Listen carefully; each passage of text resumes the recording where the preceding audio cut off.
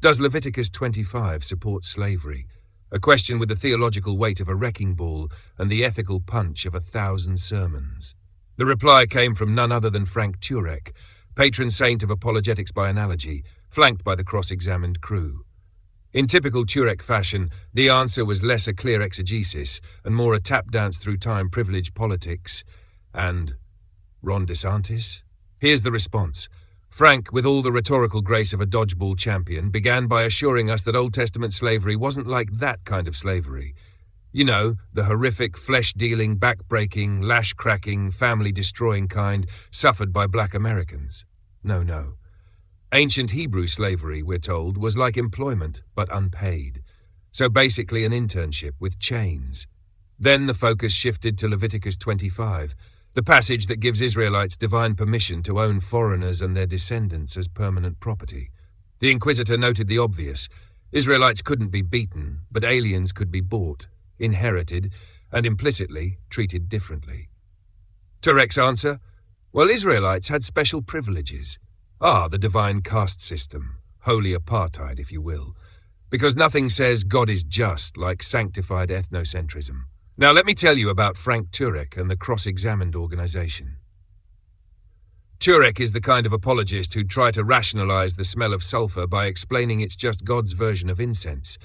His arguments often boil down to, it's not as bad as it could have been, and besides, God was working with what he had. Cross-examined is his platform for turning uncomfortable Bible verses into teachable moments, mostly by changing the subject, appealing to modern politics, or blaming the audience's hard hearts. Turek's genius lies not in defending scripture, but in misdirection. When confronted with moral whiplash like God allowing slavery, he doesn't clarify, he contextualizes. He'll pivot to Jesus, Deuteronomy, or DeSantis with a sleight of hand that would make a magician blush. And just when you think he's going to wrestle with the text, he pulls out Roe v. Wade, or Florida's 15-week abortion law, and claims God had to be just as patient with ancient Israelites as Ron DeSantis is with Florida voters. Seriously? With that, let's get to the meat and potatoes.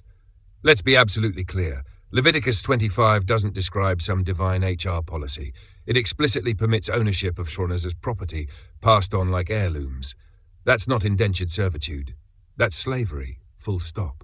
And no, calling it less bad than other ancient cultures doesn't sanitize it. It's like saying your house fire is fine because your neighbor's house exploded.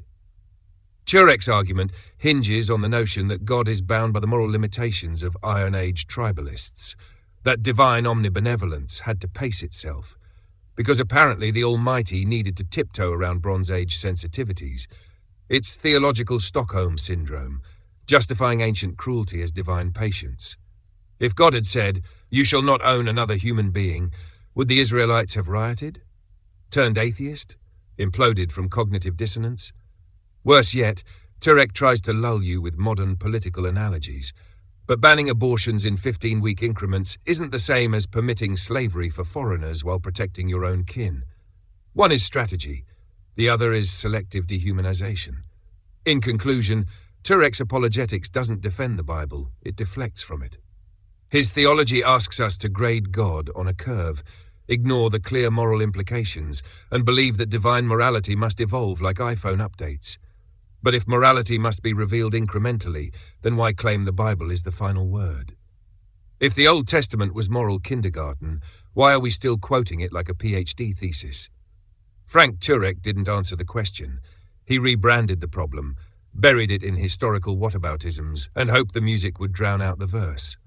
But the scripture still stands, and no amount of cross-examined cross-talk can make "they may become your property" mean anything other than what it says.